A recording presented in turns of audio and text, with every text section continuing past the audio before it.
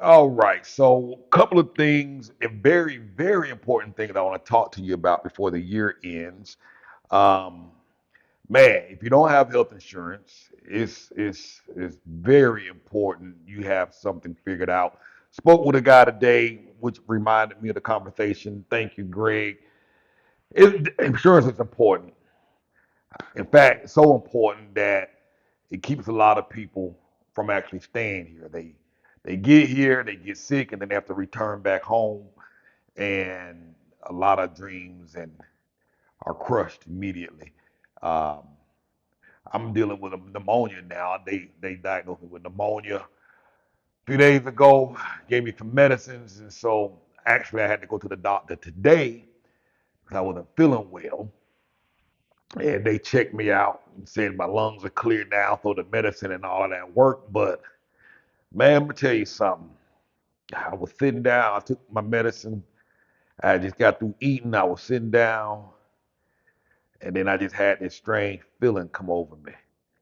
Kind of start in your chest. It wasn't chest pain, and I ain't gonna give all the symptoms because when you give all these symptoms, then everybody and their mama got answers for what it is, and then the comments are filled up with this is what it is, this is what you should have done, this is where you need to go. Da, da, da. But anyhow, I I started feeling real bad. No chest pain or anything like that. So I walked upstairs, I laid on the bed, and then started feeling worse. Like my whole body just felt like it was tingling, but nothing painful. And so I sat up in the bed, and I was like, this was the day now. I sat up in the bed, and I started praying real quick. Started thinking about all the bad things I'd done. I was praying, and it's like, Lord, forgive me. I ain't ready to go to hell today. And boy, I was praying today because I thought it was the end. Now I wasn't scared because I ain't scared of death. When we went to the hospital today, Haley was translating for me. I said, they were saying, what were you feeling? I explained to them everything I was feeling. I said, but tell them I wasn't scared because I wasn't scared. So anyhow, I'm just talking crazy. So, I, man, listen, I thought it was the end. And when you think at the end, you just kind of sitting there, you like, damn, is this all? This it? This, this, this is how I go out. I'm 51. This is how I'm leaving. Like this. And it's like, man, I ain't did nothing. I haven't, I haven't lived a full life. I hadn't did nothing. It's like I got so much more to do. I held back on a lot of things. I missed out on a lot of things. A lot of it, sometimes even I'm scared of doing some things. But I was like, this can't be it. This for real. I'm just gonna black out and I'm gone. That is nothing. No more existing. And so about 2 minutes later, I felt better. Whatever it was passed. It was gone immediately. And I was like, I was like, man, okay. I got another chance. I'm gonna live for real now. I'm gonna try. Well, well, I'll say that little bit. But I like, boy, I'm gonna try. I ain't gonna hold back. I'm going all in on this thing called life. And so it let me know it could be over just that quick. The other day we were riding down the road, this 18 wheeler. I guess he was trying to avoid some cars because we saw the aftermath. Ran into a concrete pole, and they had the windows covered with the sheets. Assumed he was dead, and I was like, man, this man didn't know he was going to die today. His whole day just gone just that quick. I'm like, he was probably going to buy some gifts on his way home to get gifts for his family, and he gone just like that. Family life turned upside down overnight. And I'm like, you just don't know when your time coming. So, and I'm saying all that to say, and I'm gonna talk about some insurance because this thing could have went the other way. Um, you man, listen, Don't be stalling and waiting on approval from other folks. You don't need your family's approval to live the life you want to live. And I'm not just talking about moving abroad and living abroad. I'm just talking about whatever that thing is. Because when I thought today was the day, and I was like, but there's so much more to do. And it was like, man, I can't believe it's gonna end like this. For what? You know what I'm saying?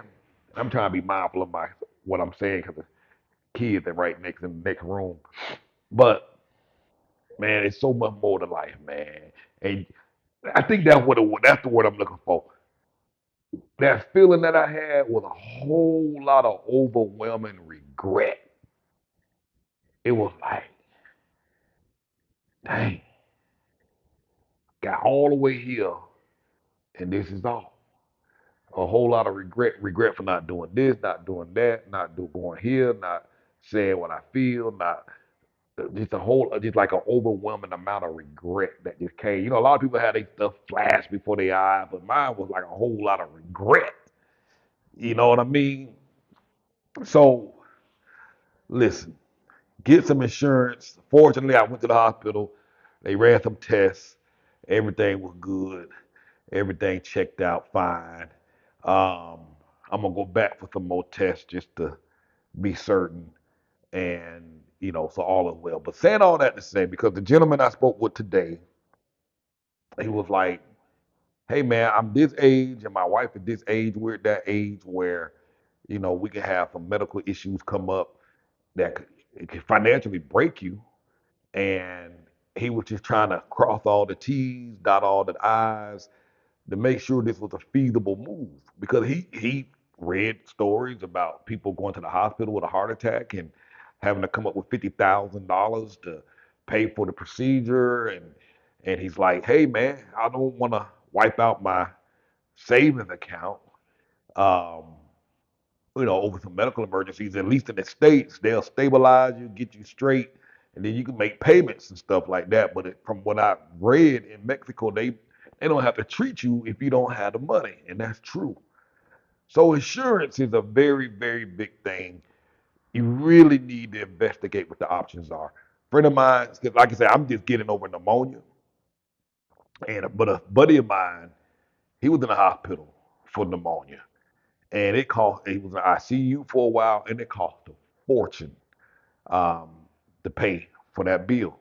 Insurance at first denied it, but he had to pay some cash to get out.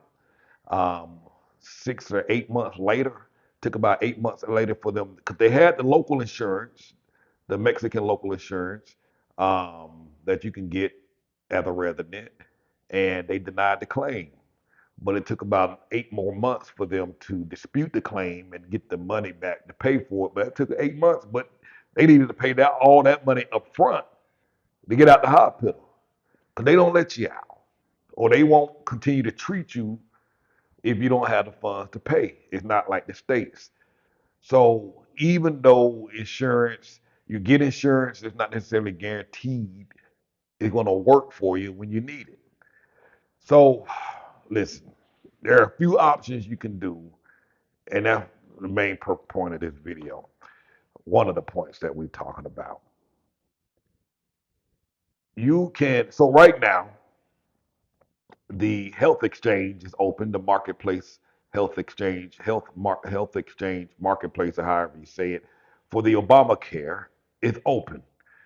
And it's open enrollment, which I believe will end on December 31st. So if you don't have insurance, get on the exchange and see what your options are. I'd encourage you to hop on the phone and talk to the reps because they're available 24 hours a day and they can help you pick the plan. So now, what are you doing? I'm saying some coverage is better than none. So inside the marketplace exchange, you can select insurance policies from some of the big companies like Aetna, Blue Cross Blue Shield, and Signup. And they accept those policies here. The primary ones that are easy to get approved, generally Blue Cross Blue Shield, and Signup. Now, the key thing that you need to look for when you're looking at these policies is to confirm whether or not they will cover you for medical emergencies internationally. And so, for example, when I had emergency surgery, my policy covered my insurance, and I didn't know it at the time that my insurance would work. Um, but they ended up covering my claim because I was admitted to the hospital. What happened was the doctor that I was seeing, they had a medical practice in the United States.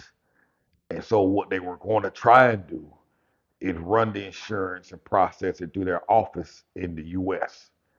But as we went further and further and further, they saw the clause in there that said, hey, your insurance will cover your surgery if we admit you into the hospital as an emergency. And so that's what they did. And that's how I found out that my Cigna covered me for emergencies only in another country. Now, you can't use this insurance policy to go see the doctor or to go get some x-rays or for some labs or whatever. Only emergency care whereby you're admitted. And so my policy covered. And so when I got out, I started investigating a little more and found that to be the case. So the thing you want to do is make sure that you're covered. And you might pay a little more money for the insurance policy, but it's going to be cheaper than buying these global plans through the same company because they have a Blue Cross Blue Shield Global, and I think they have something called Cigna. I can't remember the name of it. But they have these plans exclusively for expats that travel abroad. But they could be expensive. They could be like $500 to $600 per month per person. So for a family of five like me, that's $2,500 a month just for these policies, and they cover everything, emergencies and a whole host of other stuff that you can probably use in the country. But again, we only got these policies for emergencies, um, and everything else because the cost of care is very cheap. You can pay out of pocket. So when you're looking at these plans, again, make sure they're the major. I know because I talked to the insurance lady who checks and verifies your insurance to see if they will use your insurance in a particular hospital. She said Aetna, Cigna, Blue Cross Blue Shield generally always get approved, and they generally don't have any problems in the hospitals like those. So in the health exchange marketplace, look for those policies, find out which plans you can get that works for you, and like I say, it may cost you a little more, but you want some insurance coming here um, into Mexico because even though you get health insurance here, may not work the way you think. They always try and find a way. This is not just the Mexico, but these health insurance companies will try and find a way not to pay. And so they're looking for exclusions, they're looking for pre-existing conditions, they're looking for all sorts of things. And if you're older, especially, and you get sick, as you get older, you start having more health issues. Folks start worrying about heart attacks, they start worrying about strokes, fall down, break a hip, need to get replacement surgery, or whatever. It can be costly. Like I had emergency surgery. My daughter had emergency surgery. We were in the health, we were in the hospital care system for over almost like a year and a half, and just in it almost every day for one of my daughter's illnesses. So this can drain your finances. It can drain your resources, and it's something you need to take seriously. So again, and whatever policy you choose, look at the fine print and find out if you got coverage internationally. Now, the big three, like Aetna, Blue Cross, Blue Shield, Cigna, the hospitals like them. They know when they get a letter authorizing payment, they know they're gonna get paid. But when you start dealing with all these other no-name brand insurance companies, although you may get reimbursed, the hospital, while they'll what they'll do, they'll write up a bill. They'll give you an itemized bill of what's due. and what's old, et cetera, et cetera. And then you pay them, and then you can take these itemized things and take them, turn them over to your insurance company, and try and get reimbursed. But these hospitals, they don't mess with the small ones. They don't want the trouble. They just want their money. So you can get the small one, but keep in mind you're gonna have to pay up front for care. They're not gonna treat you. But with the big ones, once they get that letter, because what happened, the lady who was checking the insurance, I had to pay like $1,000 for day one. And then the second day they came over and collected $600. The second day I was in the hospital, they came and collected $600. And then once they got approval, by the day number three, before they came to get more money, they had received the approval letter from the insurance company saying they're going to cover it. And then at that point, I had to pay any more money. And they gave me my $1,600. I think it was like 1,200 or $1,600. They gave me all my money back.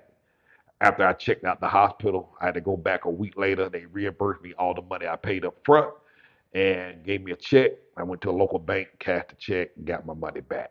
So that's one of the benefits of dealing with one of the larger insurance policies. Like I say, so you can get the global plans. You just type in something in Google like Blue Cross Blue Shield Global, Cigna Global. They have plans, and like I say, they tend to be expensive.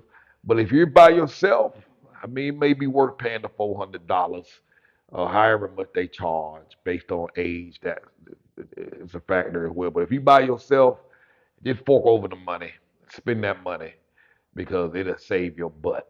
And it's an expense, but like I say, it's part of the cost of travel. That's why I say check the rates in the health exchange marketplace, particularly if you have a family, because it might be cheaper. Now, my kids, because of the state that we're in Georgia, um, while we got Cigna, the state had a different policy for the kids. They put them on something called Peach Care, which is like the local health insurance for our state for children under 18. So, and of course, that didn't cover anything for any of her procedures here. So we had to pay out of pocket because it was to the hospital here. Peach Care was just like a no name brand insurance company that had no weight, for lack of a better word. So explore your options. Explore your options. Keep money in the bank. I can do better on that, and we'll do better on that. Uh, because you just don't know if you get sick. You might get in an accident, not even your fault, but somebody else hit you and caused an accident. And you got to go to the hospital. You got to pay, especially if the other person didn't have insurance on the car. You got to pay. Nobody cares. They just want their money. They don't care how they get their money. They just want their money. Whether they get their money from the insurance company or from you, somebody need to give up some money for the care. So don't downplay the seriousness of this, especially when you have children. They walking, they playing, they doing stupid stuff. Mine like to be jumping on each other's back, carrying each other up the stairs. I'm like, look, get off they doggone back. Ain't nobody got time for one of you knuckleheads to be falling down the damn stairs and hit your doggone head on the floor. Because we got concrete floors here. You know what I'm saying? These marble tile floors. And ain't nobody got time. And we at the park. Be swinging upside down on the monkey bars. It's like, man, get off them damn monkey bars. Ain't nobody got time for y'all to fall down and break your doggone necks. You know what I'm saying? So that you be paranoid, you be like, man, anybody got time for all this? Everybody going to the hospital. But fortunately today I went to the urgent care center, $13 in Concal. That's what man, I love some Concal. Didn't even have to leave Concal to go to the doctor. They got a 24-hour urgent care facility here. They do all these tests, they do labs and all of that stuff. Didn't have to leave $13 Christmas Eve. Can't beat that. You know what I mean? In and out, and very nice doctor. I'm like, man, I'm gonna come here and let y'all do my regular checkup. So I beat that horse for a while. So live fully, man. The other thing I want to talk about, because we're coming up on the end of the year, is residency. A lot of folks still talking about, hey, I want to move here, but I don't meet the financial requirements, the income, the minimums. The statement I'm about to say next is for those that have never been to Mexico before and they want to come, but they don't meet the financial requirements. If you've never been to Mexico, again, this is for people who've never been, and I'll talk about those that have already been here before. I'll talk about that next. If you've never been to Mexico and you don't meet the financial requirements, I think the simplest thing that you can do is you need to get here before January 1st. Try and get here by December 31. Got about a week left so that you can get a stamp in your passport, a tourist visa stamp saying you were here in 2024. Because we're at the end of 2024. You won't have to wait so long. You need like 3 calendar years at least to qualify for this special program that's called the regularization program, RNE. R like Richard, N like Nancy, E like Edward, RNE, also known as the regularization program. I'm not going to go into detail about what it is, but just understand that if you get a stamp for 2024 in your visa, I mean, inside your passport, then 2025, which is literally 7 days away. So now we're talking about, remember, 3 calendar years, 2024, 2025. And then when January 2026 comes, you qualify for this program. So what essentially needs to happen, get that stamp, you are qualified January 2026 for this regularization program. And in order to qualify for this regularization program, you have to have entered at least twice in that 3 calendar year gap. So, well, not exactly. So you can only qualify in January 26. So let's say you come back in July of 2025. In order to qualify, you have to let that tour. So say they give you another 6 months in that visa, in that passport. You come in July. The 6 months expire in January, which would happen to be January 2026. We're talking about a year from now, which will be the 3rd calendar year. And you can apply for a regularization program and you can get a 4-year temporary visa. Now, I have another video that goes a little bit more in depth on this topic. I'll put it in the description and the comments below so you can go watch it. But with this program, there are no income requirements. They don't verify employment. They're not going to ask for any bank statements. You just the rule is that visa you need to have your tourist visa need to expire in 2026 in order to qualify. So once you come and stay, you can't leave. Whatever they give you, if they give you 3 weeks, 3 months, 6 months, you have to stay and let it expire. And once it expires, in this case, expire sometime in 2026, then you can qualify. Now, this is assuming the program is still active in 2026. Word has already went out that this regularization program will continue on in 2025. So there is a possibility that this program, and I'm just saying this for those that say, well, there's no guarantee. Yes, there is no guarantee. Um, it's possible the program won't continue in 2026. But the cost for a round trip ticket makes it worth the effort if you don't qualify financially by any other means. Buy a plane ticket, get here before January 1st so that you can get a stamp for 2024 so that it's literally 1 year and 7 days from now you qualify for the program.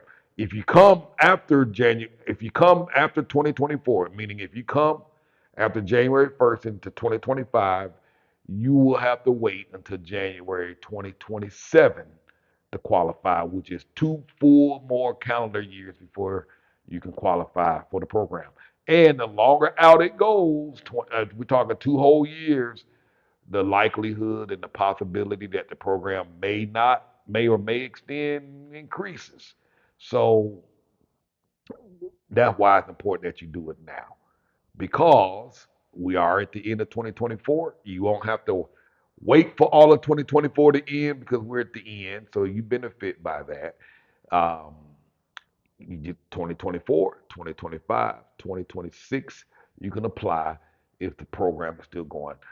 It's likely, and again, this is all an assumption, is a good possibility that the program will continue in 2026.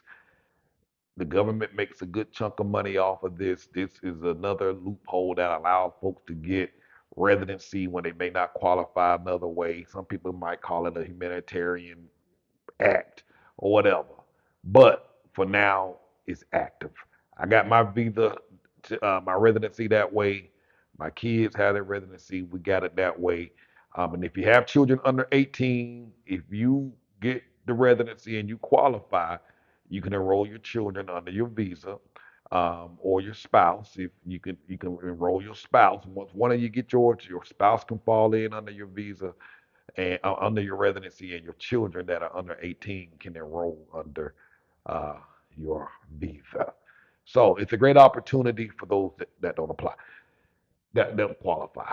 Now, if you've been here like in 2021, 2022, 2015, I believe it's from 2015, 2020, if you've been here between 2021 and 2022, you qualify, you can come here and just let it expire, and then you good, you can apply for the program.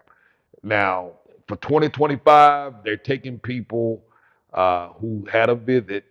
Um, if your first entry was into Mexico in 2023, or your only entry was in 2023, um, they're processing those in 2025. So if you were here in 2023, when January comes and the immigration offices open back up, um, you can come anytime and let your tourist visa expire, and you can apply for the regularization program. Now, again, you're at the mercy. There's no way to guarantee now all of the stuff that I'm saying about not needing bank statements and proof of income and stuff like that. That's for the Merida office, Merida, in the Yucatan and Merida. I, there's reports online saying other immigration offices are asking for bank statements. Um, Other folks are asking for proof of an address here in Mexico. I've read that if they give you less than 3 days, they're asking for proof of residency, of address, proof of where you live in Mexico. If less than 3 days, they're asking for income statement from the bank. So each office vary. One thing about Mexico, they're consistently inconsistent. There's nothing consistent across the board. So what happens here may not happen elsewhere. What happens elsewhere don't happen here.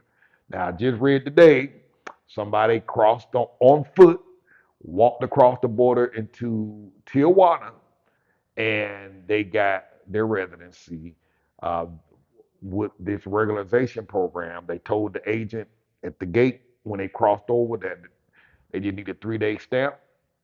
They stamped them for 3 days. They waited the 3 days out, and it expired. Their tourist visa expired, and they went to the office in Tijuana and got the residency. Took them 4 days to get it, but they got their 4 year residency. Previously, you could generally, like when I went and got mine, they generally give it to you the same day. When I went back to get my kids, um, we went in like on a Monday, then had to go back on a Thursday or Friday to pick up the cards. Took pictures another day. I'm hearing now that you can expect to wait about 2 weeks, 1 to 2 weeks, to actually get your card. So let's say your stuff expire on, let's say your stamp expires on January 15th. Let's say you get an appointment. Now some places are requiring appointments. Let's say you go in and get your appointment January 15th. You go back on the 20th. You might have to wait 2 weeks before you get the physical card, 1 to 2 weeks. So calculate that in your mind that you may not walk out the door with your residency. That was a thing at one point, but you might be waiting for 1 to 2 days, 1 to 2 weeks. So I just wanted to clarify that. I know a lot of information. But yes, somebody posted that they did walk across the border into Tijuana, got a 3 day stamp, let it expire, and then they went to the immigration office and got it done. They used a facilitator. Um, if you come into Merida, there's an attorney that we use. Her name is Valeria. Um, if you want her contact details, I'll put her link in the description below. She's excellent. She does hundreds of these throughout the year. She's an expert at this thing. Save yourself some time, save yourself the headache, and just get it done. Now, of course, you can do this on your own, um, but at your own peril. So, what else? I think that might be it. Residency, um, insurance. So, man, look, live your life, man. Live it without regret. Don't. When you think at the end, man, I'm gonna tell you something. You're gonna be disappointed. You know what I mean? And that's all I have, a lot of disappointment. And hey, I feel good. I feel better. Don't y'all worry about me. I'm gonna definitely be eating a whole lot better after tomorrow. It's Christmas. I'm gonna eat tomorrow, and after that, you're gonna try and continue to get healthier. Walk every day, get my exercises in, try and get rid of them sodas. Um, I've been trying that keto diet for a while. It's been kind of difficult to stay. I noticed my blood sugars come down significantly, but it's been difficult to maintain that. I'm gonna try and look back at more of a plant-based style diet, maybe eat a little bit of fish and seafood here and there, but need something that I can stay on consistently long term, heal my body and whatnot. So listen, get that insurance. Look into some life insurance policies because you just don't know, man. When it's time to go, it's time to go. And you want to be ready, leave your family better off, and and whatnot. So uh, I might do a live video this weekend. I might do one tomorrow, Christmas Day. Sometimes I don't know about y'all, but as I get through eating and sitting around and everything closed, you get kind of bored. You don't got nothing to do. So I don't know. I might do one tomorrow. If y'all are interested, if you have any questions, leave your comments below. Thank you for watching.